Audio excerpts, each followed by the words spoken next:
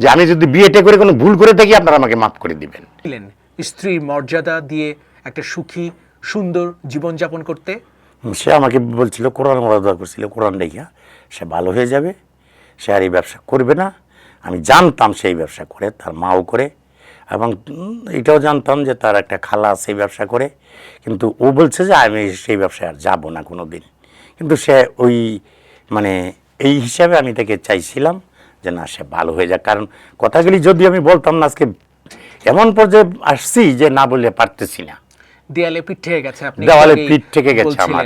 আপনার কাছে কি কোনো প্রমাণ আছে যে আপনার স্ত্রী সাথী আক্তার ফাতেমা আগে দেহ ব্যবসার সঙ্গে যুক্ত ছিলেন, কিংবা আপনার শাশুড়ি কিংবা আপনার খালা শাশুড়ি বা সাথী আক্তারের যে বান্ধবী মিম আপনি যে কথা বলছিলেন একটু আগেই, তারা যে দেহ ব্যবসার সঙ্গে জড়িত ছিল, এর কি কোনো প্রমাণ রয়েছে? কোন হোটেলে তারা নিয়মিত যাতায়াত করতেন? না, তারা দুজন যাইতে হলো আপনার, আমি মানে বললাম না যে আমি ওই হোটেলে একদিন আমি যখন উরুস চলতো তখন গেছিলাম, তখন ওর বান্ধবী আর ওকে আমি পাইছিলাম ওই হোটেলে। আমি যে গেছি না আমি বলবো না যে আমি ওই হোটেলে গিয়েছিলাম, মানে ওইখানে উরুস চলছিল তখন গিয়েছিলাম আর কি। তখন ওই যারা আমাকে নিয়ে গেছিলো, মানে আমার নিয়ে গেছিলো যে ওকে একটা সারপ্রাইজ দেবো, তো ওই হিসাবে ওই দিন থেকেই মানে ওদের সাথে ওই হোটেলে আমার পরিচয় হয়েছিল। 1979 সালে আপনি কারাগারে প্রবেশ করেন, 2023 সালে আপনি মুক্ত হন। 43 বছর কারাগারে জীবন কাটিয়েছেন আপনি, 60+ বয়স আপনার। আপনি কি চেয়েছিলেন একটা প্রেম হোক আর ভালোবাসা হোক, যেভাবেই হোক একটা সুন্দর জীবন যাপন করবেন? হ্যাঁ, আমি চেয়েছিলাম ভালো একটা জীবনযাপন করব। তখন আমি এটাও চিন্তা করলাম, যেহেতু আমি জেল খাটা একজন আসামি, এখন আমি একটা মেয়েকে পাবো, যেহেতু সে বলছে ভালো হয়ে যাবে, তাহলে সে যখন ভালো হয়ে যাবে সেই চাইতেই আমাকে সে বিয়ে করার প্রস্তাব দিয়েছিল। টাকার প্রস্তাব, টাকা গেলে সে নিল আমার কাছ থেকে। এবং আপনি প্রধানমন্ত্রীর ত্রাণ তহবিল থেকে 5 লক্ষ টাকা, বিভিন্ন মানুষের কাছ থেকে, বন্ধু বান্ধবের কাছ থেকে, যারা কারাগারে ছিল তাদের কাছ থেকেও আপনি অনেক সহযোগিতা পেয়েছেন। বিভিন্ন গণমাধ্যমে, টেলিভিশনে ইন্টারভিউ দিয়েও আপনি টাকা পেয়েছিলেন। এই সব টাকা, মোট কত টাকা সাথী আক্তার ফাতেমা আপনার কাছ থেকে নিয়েছে? মানে ও যেদিন চলে যায় সেদিন নিল 7 লক্ষ টাকা ক্যাশ, আর 10 লক্ষ টাকা থেকে প্রথম দিনে বিয়ের দিনে দিয়েছি, একদম ক্যাশ 10 লক্ষ টাকা দিয়েছি। 20 টাকা নোটের, আর 500 টাকা নোটের 20টা বান্ডেল দিয়েছি। হ্যাঁ, এটা হলো প্রথম দিন বিয়ের। এই কেসে কিন্তু ওরাই সাক্ষী, ওরা এই কেসের সাক্ষী, ওরা যেমন নামে মামলা করছে, এই মামলার সাক্ষী ওরা, এই কেসের সাক্ষী ওরা, এমনকি অঙ্গীকার নামা, এবং অঙ্গীকার নামাজের সাক্ষী তারা, এবং কাবিনের সাক্ষীও তারা, সবই তারা সাক্ষী। তার এর চাচা, এর যে মানে এর আত্মীয় স্বজনে, আমার কোনো লোক নাই এখানে।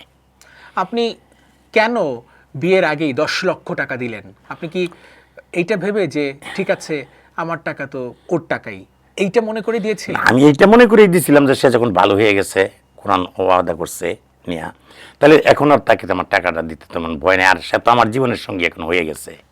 হ্যাঁ, তাহলে এই টাকাটার কে বহন করে? আমি একটা দুর্ঘটনা ঘটলে সে যখন বলতেছে যে এই টাকাটা তো আমিও পাবো না, কেউ পাবো না, তখন আমার মানুষ নিবে, আপনার বোন আছে, তারা আইসা দাবি করবে, অনেকে দাবি করবে আইসা যে সে এত টাকা পাবে, ওই টাকা পাবে, ওই টাকা পাবে, তখন তো আমি একটা টাকাও পাইতাম না। হ্যাঁ, মানুষে বিশ্বাসই করতো না অনেক কিছু কথা।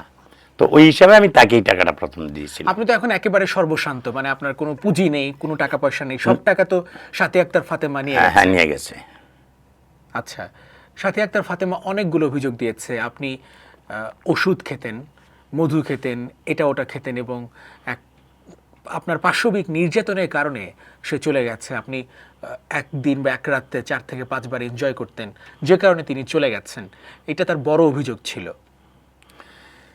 শোনেন, আমি আপনাকে একটা কথা বলি, যে যদি কোনো ভালো সোসাইটির, ভালো কালচার এবং ভালো ফ্যামিলির কোনো মেয়ে, একটা স্বামী যদি তাকে 5 বার বা 7 বার এনজয় করে, এটা কি বলতে পারে? ওপেনে এরকমভাবে কথা বলতে পারে কোনো মেয়ে? পারবে? কোনো বংশ, কোনো ভালো মেয়ে সেটা বলতে পারবে। কিন্তু আমি কোনো ঔষধও খাইতাম না আমার জীবনে, আমি কোনো নেশাও খাই নাই বা কোনো ঔষধও খাইতাম না। হ্যাঁ, আমি একটা জিনিস ব্যবহার করতাম, সেটা হলো শীতের দিনের জন্য মধু খাইতাম। কারণ এটা আমরা দেখি যে শীতের দিনের জন্য মধু খেলে সেটা গরম থাকে, মানে শীত আসে না কাছে, এটা আমি খাইতাম। কারণ খাঁটি মধুটাই আমি খাইতাম। না, যারা রাখতো তারা আমাকে দিত, বলছি যে মধু আসলে শীতের দিন আমাকে মধু দিস, তখন তারা আমাকে মধু দিয়ে দিত, এবং ঘিও কিন্তু আমি বাড়ি থেকে নিয়ে আসছিলাম। আমার একটা নাতি নাতি আছে, সে অরিজিনাল ঘি তুলে আমাকে দিছিল, আমি এটা খাইতাম। আপনার বিরুদ্ধে সাথী আক্তার ফাতেমা, আপনার স্ত্রী, এখনো বৈধ স্ত্রী, আপনার আইনগত স্ত্রী, তিনি দাবি করেছেন আপনি জোর করে সাদা স্ট্যাম্পে স্বাক্ষর করেছেন অঙ্গীকারনামায়? না, আমি তো আপনাকে দেখাইছি, জি। স্ট্যাম্পটা দেখাইছি। যদি সেটা ভুয়া হয় তাইলে আপনারা যদি মনে করেন আমি সেটা প্রমাণ দেখাইছি, এখানে সাদা স্ট্যাম্পের তো কোনো সই নিচ্ছি না, যেহেতু ওদের সাক্ষী স্ট্যাম্পটার মধ্যে, তাহলে জোর করে কিভাবে নেওয়া হলো? সে এক এক জায়গায় এক এক কথা বলতেছে, জোর করে প্রথম বলছে তাকে, তখন তারা প্রথম বলছে এই যে তার কাবিন নামা আছে, মারধর করে তাকে ইয়ে করছি, এদের মধ্যে সই করাইছি, মারধর করে নাকি 3টা সাদা স্ট্যাম্পে এটা কাবিন নামায় লেখা আছে। আবার বলতেছে জোর কইরা, মানে ওকে, মানে এই বিয়ার ইয়াতে এই কোর্ট কাবিনের জন্য এটা সই নিয়েছি। তাহলে সে কত এক এক জায়গায় কিন্তু এক একটা বক্তব্য সে দিতেছে। আপনি দেখেন কোনো জায়গায় সে এক একটা বক্তব্য দেয় না, এক এক জায়গায় এক এক রকম প্রশ্ন করলে সে হিজবিকে মানে এক একটা উত্তর দিতেছে সে আর তার মা। বুঝতে পারতেছেন? কিন্তু সেটা তো আমি নিয়ে নিই, আপনার দেখেছেন দেশবাসীকে দেখাচ্ছি, দেশবাসী দেখতেছে যে আগে কাগজপত্রগুলি তো আমার কাছে আছে এবং সেটাকে কোর্টে আমি সাবমিট করব, কোর্ট দেখবে, এবং এটা দিয়েই তো আমি কোর্টের ইয়াটা করছি। প্রতারণার মামলাটা তো তাদের বিরুদ্ধে করা হয়েছে 6 জনের বিরুদ্ধে। কেন করছি? যদি আমি, হ্যাঁ এটা তো পিবিআইকে তদন্ত দিছে টাকাটার, যে আমি যে মামলাটা করলাম, কিন্তু যেই মামলাটা আমি করলাম এটা আদৌ কতটুকু সত্য কতটুকু মিথ্যা সেটা আমার এখানে যে প্রমাণ আছে সেটা কোর্ট বিবেচনা করবে এবং তার ফিঙ্গার নিবে সেই সইটা দিছে কিনা, এবং তার টিপ, তার তো ফিঙ্গার নিবে। পিবিআই যখন কেসে তখন তার ফিঙ্গার নিবে না, তখনই তো বুঝতে পারবে। সে যদি একবার তো এক এক জায়গায় এক একটা কথা সে বলতেছে, প্রথম বলছে তার মা যে তাকে মাইরা দিরা এই 3টা স্ট্যাম্পে সই করাইছি, এটা কিন্তু প্রথম তাদের ভাষ্য ছিল, এবং ওই কাবিনের ভাষ্য আমার যে মামলাটা করছে মামলার ভাষ্য। কিন্তু তার পরক্ষণে কিন্তু এখন কিন্তু সে পাল্টায় বলতেছে কি, হ্যাঁ সাদা স্ট্যাম্পে সই নিয়েছি, পরে এগুলি লিখছি আমি। কিন্তু এটা তো আপনারা দেখছেন বা দেশবাসীকে আমি দেখাইছি যে এটা কি সাদা স্ট্যাম্পে সই নেওয়ার কথা বা এটা কি পরে লেখার কথা? তো লেখাটা যদি পরে হইতো তাহলে এরকম হইতো? সাদা স্ট্যাম্পে সে সই দিল কেন? আর সাদা স্ট্যাম্পে শেষ দিল কেন? সে তো কিছু না কিছু লেখাপড়া জানে, ওইখানে যে উপস্থিত ছিল এরাও তো লেখাপড়া জানে, এরা তো পইরা, সে তো পইরা সাক্ষীরা সই দেয়। সে এখানে লেখা স্পষ্ট উল্লেখ আছে, সাক্ষীগণের সামনে পইরা এবং কারো প্রচারণায় না গিয়া আমি সেই সইটা করেছি। এখন যে সেই কথাটা বলতেছে এবং অনেক জনগণ মনে করতেছে যে এটা তো সত্য, কিন্তু একটা মানুষ কি 5-7 বার, আমার এই বয়সে কি 5-7 বার কি ইনজয় আমার করা সম্ভব? এটা কি বিশ্বাসের কথা? তাহলে সে কোন ধরনের মেয়ে, কিরকম মেয়ে সে একটা এই কথাগুলি সমাজে প্রকাশ্যে মানুষের সামনে বলতেছে, আর মানুষের সেটাকে লুফে নিচ্ছে। কি না বাবা, মানুষ কি একবারও কি চিন্তা করে না যে যদি একটা ভালো ফ্যামিলির, ভালো স্ট্যাটাস, ভালো সোসাইটির কোনো মেয়ে হইতো এগুলি বলতো না? এই দেশে কত মেয়ে ডিভোর্স হচ্ছে না? অনেক মেয়ে তো ডিভোর্স হচ্ছে না? তারা কি এই ধরনের কথা বলে? কোনো ব্যক্তিগত কথা কি বলে কেউ? তাহলে সে কেমন মেয়ে হলে ব্যক্তিগত কথা কি বলতে পারে? তার মা গেলি বলতে পারে, তার মার সামনে, পাবলিকের সামনে, মিডিয়ার সামনে সে ওপেনেই কথাগুলি বলতেছে। আমি তো যেই কথাটা এখন বললাম সেটা তো মানে আমি চাইছিলাম না দেশবাসীকে জানানোর জন্য বা বলার জন্য। এখন আমি দেওয়ালে যখন পিঠটা আমার ঠেকে গেছে তখন কোথা থেকে তাকে আনছি সেটা আমি বললাম। জল্লাদ শাহজাহান তিনিও দাবি করেছেন, মানে আপনার স্ত্রী, বৈধ স্ত্রী সাথী আক্তার ফাতেমা, তিনি দাবি করেছেন তার অনেকগুলো বিয়ে হয়েছে। আপনি কতগুলো বিয়ে জানেন এবং আপনি কত নাম্বার স্বামী? না, আমি জানি আমি 5 নম্বর স্বামী, কারণ গতকালকে আমার উকিলে ফোন দিয়ে বলছে যে ওর এক স্বামী নাকি কোথায় ইয়া দিচ্ছে, যাত্রাবাড়ি নাকি বাড়ি ওর স্বামী কোথায় দিছে। তো উকিলে বলছে যে আমার কাছে রেকর্ড রাখছি, আমি সব কিছু রাখছি, সেটা কোর্টে প্রমাণ করব। এবং ইয়াও বলছিল, মানে পিবি আমাকে বলছিল যে দেখেন সে তো অবিবাহিত, কিন্তু কাবিনে লেখছে সে অবিবাহিত, সে কাবিনে কিন্তু এখানে লেখা আছে সে অবিবাহিত। তাহলে অবিবাহিত মুখ হইয়া এখন আবার তার স্বামী বাড়ির লোক থেকে, আবার সে নিজে মুখ দিয়ে স্বীকার করতেছে সে 10টা বিয়ে করছে। এটা কিন্তু গতকালকে মিডিয়ায় প্রচার করছে, সে মিডিয়ায় প্রচার করছে না, সে 10টা বিয়ে করেছে। হ্যাঁ, তাহলে এটা কেমন কথা? এবং সবচেয়ে বড় যে টুইস্ট বা বড় যে ঘটনা, তিনি বলছেন যে তার মায়ের সাথে তিনি উপস্থিত থেকেই আসলে আপনাদের সাথে সব জানাশোনা বা টাকা পয়সার ব্যাপারটা হয়েছে, কিন্তু তার মা আবার বলছেন যে না, আমি আসলে বিয়েতে রাজি ছিলাম না। তার মা নাকি কোনোভাবেই বিয়েতে রাজি ছিল না। না, ওর মাই প্রপোজাল দিয়েছে বিয়ে করার জন্য। ফার্স্ট ওর মা বলে, প্রথমেই তো ওর মা বলে, এখন যে বলতেছে যে ওর মা ছিল না, এটা কোনো প্রমাণ আছে তাদের কাছে তার মা ছিল না? হ্যাঁ, কই যে তাহলে আমি ক্যাবিনে থাকি। মা কি ক্যাবিনে থাকে কোনো সময়? মান সিগনেচার কি ক্যাবিনে থাকে? যারা উপস্থিত সাক্ষী থাকে তাদের সই থাকে ক্যাবিনে। মা বাপ এরা কি ক্যাবিনে সই করে কোনো দিন? জানি না আমি কতটুকু, কারণ আমি তাকে বিয়ে শাদী করি নাই বা বুঝতামও না। তো আমি জানি, এইটা হলো আমার প্রশ্ন। তার মা তো ওইখানে এই কাজীর অফিসে যায় নাই, কাজীর অফিসে গেছে তার আন্টি, কাজীর অফিসে গেছে তার ভাই, সব কিছু গেছে। আর সে যে বলতেছে যে সাদা কাগজে সই নিছে ইয়ের মাধ্যমে, মানে কোর্ট কাবিন করার জন্য, যেহেতু এখানে কাবিন হয়েছে, তো কোর্ট কাবিনের প্রয়োজনটা কোথায়? কোর্ট কাবিনটা বড় না যেখানে 5 লক্ষ টাকার একটা দেনমোহর কাবিন হয়েছে কাজীর অফিসে, তাহলে আবার কোর্ট কাবিনের প্রয়োজন পড়বে কেন? এটা আমি বুঝতেছি না। কেন কোর্ট কাবিন কি? এই যে সে বলতেছে কেন কোর্ট কাবিন করবে কেন? তারা তো কাজী অফিসে গিয়ে বিয়ে করছে, তাহলে কোর্ট কাবিন করবে কেন? আর সেই ভাইটা বলতেছে কেন যে কোর্ট কাবিন, কোর্ট কাবিন? কোর্ট কাবিনটা কি? সে তো ইচ্ছাকৃত কাবিনে সই করছে, কাবিনও করছে। জল্লাদ শাহজাহান, আপনি কি তাহলে ফাঁদে পড়েছেন এবং আপনি সুখের শান্তিতে একটা সংসার করতে চেয়েছিলেন শেষ জীবনে, কিন্তু তা পারলেন না এবং আপনি একটা ফাঁদে বা একটা চক্রের মধ্যে পড়ে গেছেন? আপনি কি বলবেন? এটা একটা চক্র, তারা একটা চক্র, এটা সত্যি কথা, এটা একদম 100% চক্র। দেখেন আপনি, এই মেয়ে সাক্ষী কিন্তু, কেসের সাক্ষী কিন্তু তারা, এবং এখানে ইয়ের সাক্ষীও তারা, অঙ্গীকার নামা সাক্ষী তারা, কাবিন নামাতে সাক্ষীও তারা। তাহলে আপনি কি মনে করেন এটা একটা না চক্র না? তাহলে চক্র নিলে সব সাক্ষীগুলি তারা, এখানে অন্য কোনো সাক্ষী নাই। এই যে কেস করছে ওইখানে তারাই সাক্ষী দিয়েছে আমার নামে, যে কেসগুলি করেছে ইয়ার মামলার যৌতুক। আচ্ছা, এরকম একটা ইয়ং মেয়েকে আমি কি চাপ দিতে পারি যে তুই 3 লক্ষ টাকা এনে দিবি, তুই 50,000 টাকা দিবি, তুই 1 লাখ টাকা দিবি, আমার দোকানে মাল নাই, আপনারা গিয়ে প্রমাণ করবেন আমার দোকানে আমাকে নিয়ে যাবেন? আমার কথা হয়েছে যে ওই মেয়ে আমার সামনাসামনি আইসা গোলাম বাজার যাক, ওই মেয়েকে আপনারা পারলে গোলাম বাজার নিয়ে আমাকে নিয়ে দিনের বেলায় প্রকাশ্যে জনসম্মুখে জিজ্ঞেস করেন যে ভাতের, খাওয়ার বা পড়ার কত সিট কাপড় সে আমার থেকে বানায় নিয়েছে, এবং কোন কোন ঘরে সে বানায় নিয়েছে, এবং যে দোকান থেকে সে মোবাইলটা কিনেছে। এবং আমি বলেছি, বাজারে লয়ে গেছি, আমি শুধু তার সাথে একদিনে গিয়েছি মোবাইলটা কেনার জন্য। 11,000 টাকা দা, আমি বলছিলাম যে এখন কিন্তু আজকে হাতে টাকা শর্ট, একটু কমায় কিনো টাকা, মোবাইল যখন কিনবেই। তখন সে 11,000 টাকার মধ্যে একটা মোবাইল চয়েস করছে, আমি বলছি যে দিয়ে দেন। দোকানদার দিয়ে, সেই দোকানদারও প্রমাণ আছে, সাক্ষী আছে, বলবে কথাটা। এবং বাসার যে লোকগুলি আছে তারা বলবে যে সে কি আমার কোনো খাওয়ার অভাব ছিল না পড়ার অভাব ছিল? এই যে বলতেছে আমার কারোর কাছে দেনা ছিল, যদি কোনো দোকানদার বলতে পারে যে শাহজাহানের কাছে 10 টাকা আমি পাবো, তাইলে আপনাদের জুতা দিয়ে আমাকে পিটাবেন। জল্লাদ শাহজাহান, আপনার বোন আপনাকে ঠকিয়েছে, আপন বোন। আপনি জেল থেকে যখন বের হলেন বোনের কাছে গেলেন এবং বোনকে বললেন 3টে অটো রিক্সা কেন, সেখান থেকে আমাকে কিছু টাকা পয়সা দিও। বোন সেই টাকাটা মেরে দিল, প্রায় 2.5 লক্ষ টাকা, 3 লক্ষ টাকা। এবং তারপর বিয়ে করলেন এবং একটা সুখের শান্তিতে একটা সংসার করতে চেয়েছিলেন, সেই সুখের শান্তিতে সংসারটা করা হলো না। আপনার জীবনটা কি আপনি এখন ভাবেন যে জেলখানাটাই ভালো ছিল? শুনেন, জেলখানা তো ভালো ছিল, কিন্তু আমি জানতাম না যে বাইরে এরকম প্রতারক চক্র আছে, আমি কষ্ট করবো, তাহলে আমি জেলের থেকে বাড়াইতাম না। যে আমি কষ্ট করবো তাহলে আমি জেলের থেকে বাড়াইতাম না, আমি জেলেই থাকতাম। কারণ আমার এমন কোনো ফিলিংস ছিল না যে বাইরে গিয়ে সংসার করতে হবে, ঘর করতে হবে, আমার কোনো ইয়ে ছিল না। আমি যখন জেলে ছিলাম তখন মনে করতাম এটি আমার জন্য একটা দুনিয়া, আলাদা একটা দুনিয়া, আমি আছি, কোনো সমস্যা নেই। কিন্তু এখন দেখলাম বাড়ি হওয়ার পরে যে এই পৃথিবীর মানুষটা কতটুকু, কারণ আমি কি বলবো দেশবাসীকে, আমার বলার কি আছে, দেশবাসী এইটুকু বুঝতেছে না যে এই যে আমাকে এতটুকু সর্বশান্ত করেছে, এই কাগজপত্রগুলি প্রমাণ দেখার পরেও কেন দেশবাসী এই কথাটাকে গুরুত্ব দিচ্ছে না? আইন কেন গুরুত্ব দিবে না? আপনি প্রধানমন্ত্রী ত্রাণ তহবিল থেকে প্রায় 5 লক্ষ টাকা, একদম নগদ 5 লক্ষ টাকা পেয়েছেন, এবং বন্ধু বান্ধব আপনার যারা জেলখানায় ছিল, যারা বড় বড় লেভেলে লোক ছিল, তারা আপনাকে সহযোগিতা করেছে। এমনকি আপনি যে গণমাধ্যমে ইন্টারভিউ দিয়েছেন, বিভিন্ন মাধ্যমে, সেখান থেকেও আপনি টাকা পেয়েছেন। বই, হ্যাঁ, আমার বিক্রিরও টাকা রয়েছে। এই যে এত, এগুলো কি ওরা জানতে পেরেছিল যে এত টাকা পয়সা আছে এবং জানতে পেরেছিল, করা উচিত, এটাই নিয়ে পালিয়ে যাওয়া উচিত?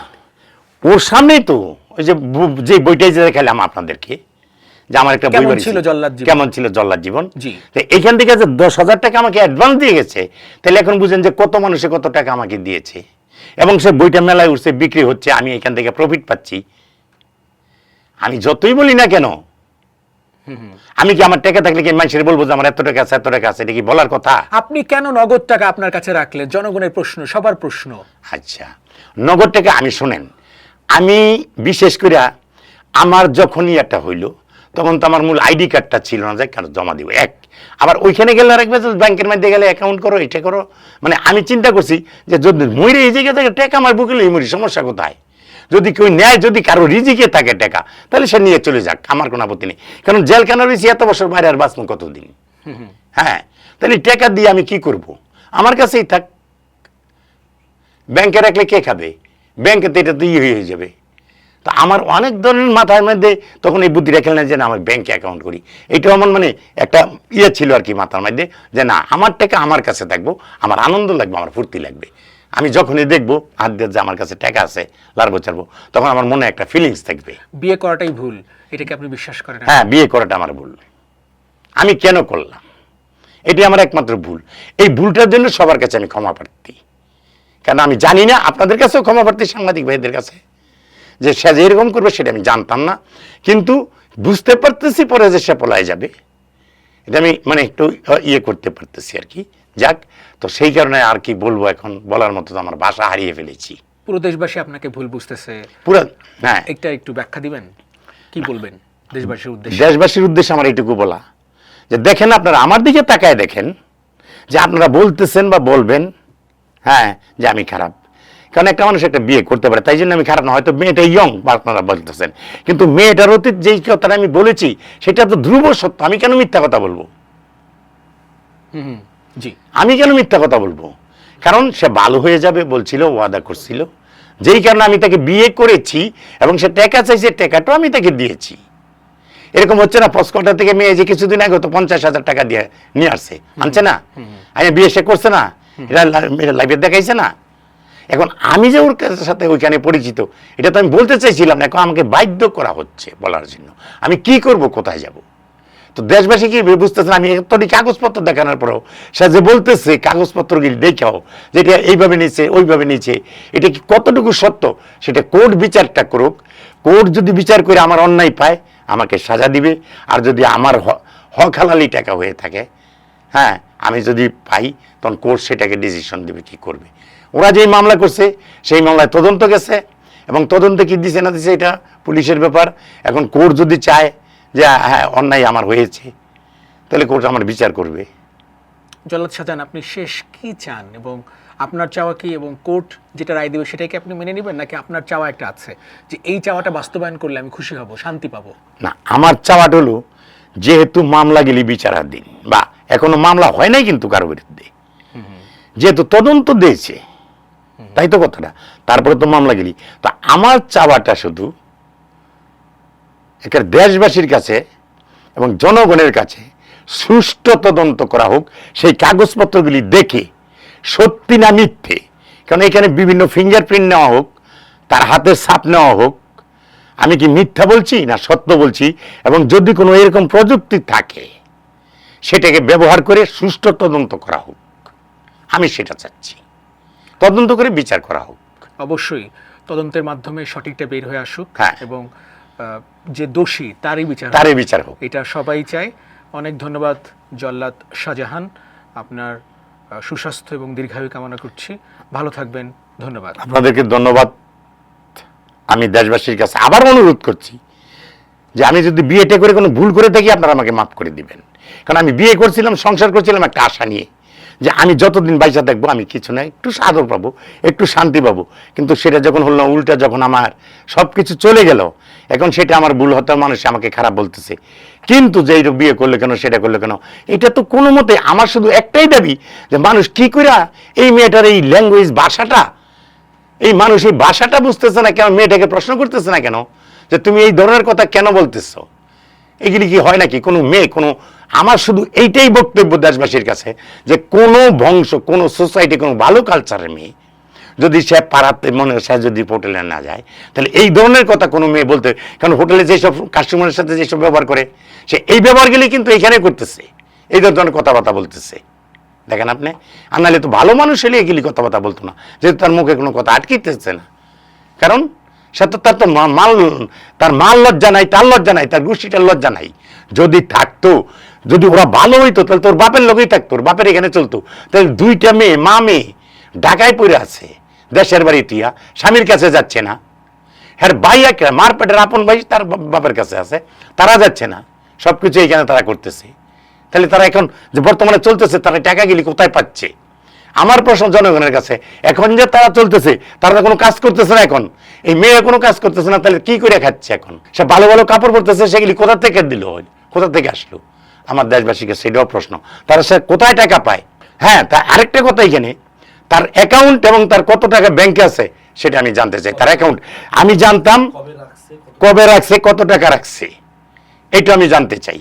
কিন্তু আমি জানি আমি তাকে একটা অ্যাকাউন্ট খুলে দিয়েছিলাম গোলাম বাজার, সেই অ্যাকাউন্টে আমি 6,000 টাকা দিয়ে প্রথম তাকে একটা অ্যাকাউন্ট করে দিই যে তুমি এটাতে আমার কাছ থেকে যদি যাই কিছু আরো নেও, নিয়ে নিয়ে আস্তে আস্তে তুমি এটা অ্যাকাউন্ট করে দিও। এখন বলতেছে তার নাকি অ্যাকাউন্ট টাকা, তাহলে কত টাকা তার অ্যাকাউন্টে আছে, এবং তারা যেভাবে চলতেছে দেখেন কত আপ টু ডেট চলে, কিভাবে চলে, কিভাবে ফ্যাশন করতেছে। হ্যাঁ মানে হ্যাঁ এখানে কিন্তু ভালো সোসাইটি নিয়ে কিন্তু এইভাবে চলতে পারে না, হারতে পারে না এইভাবে, মনে করেন সাইজা টুইজা।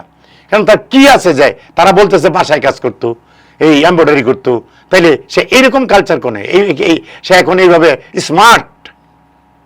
আপনার বিয়ের আগে অবশ্যই আরও একটু সচেতন সতর্ক থেকে যাচাই বাছাই করা উচিত ছিল। যাই হোক, আপনি ভেবেছিলেন সহজ সরল মনে যে বিয়ে করলে হয়তো সুখে শান্তিতে বাকিটা জীবন কাটাতে পারবেন, আপনার যেহেতু কেউ নাই, সম্পদ নাই, কিচ্ছু নাই। যাই হোক, এরকম একটা জীবন আপনি পেয়েছেন, একটা ভালো তদন্ত হোক, ভালো বিচার প্রক্রিয়ার মাধ্যমে সুষ্ঠু বিচার আপনি পান, দোষীদের বিচার হোক, এই প্রত্যাশা। অনেক ধন্যবাদ। আমি আপনাদের কামনা করি, আপনাদের সাংবাদিক বাজের কামনা করি, আপনারা সঠিকটা তুলে ধরেন, আপনারা প্রশ্ন করেন, তাকে বলেন, এবং আপনারা প্রশ্ন করে দেখেন, দেখবেন যে এই কাগজগুলি কি ভুয়া না সত্য, প্রমাণগুলি আমি প্রমাণ নিয়ে তার কাছে, সে বলতেছে এই রেকর্ড আছে, সেই রেকর্ড আছে, বয়েস আছে, ঠিক আছে, দেখা যাক সেই বয়সটা আমার সাথে মিলাক, রেকর্ড আমার সাথে মিলাক আমার কথাটা। এখন যে চাউনটা তার বলতেছি, অভিযোগ সবকিছু বানোয়াট মিথ্যা আপনি বলছেন। হ্যাঁ তার অভিযোগগুলি সম্পূর্ণ মিথ্যা। আমি একদিন কি কথা বলছি না বলছি, সে কি রেকর্ড করছে না করছে এটা তো আমি জানি না, আমি রেকর্ড সম্বন্ধে বুঝি না, মোবাইল সম্বন্ধে বুঝি না।